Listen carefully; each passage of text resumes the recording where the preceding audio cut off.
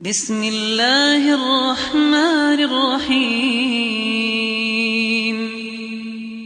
تبارك الذي بيده الملك وهو على كل شيء قدير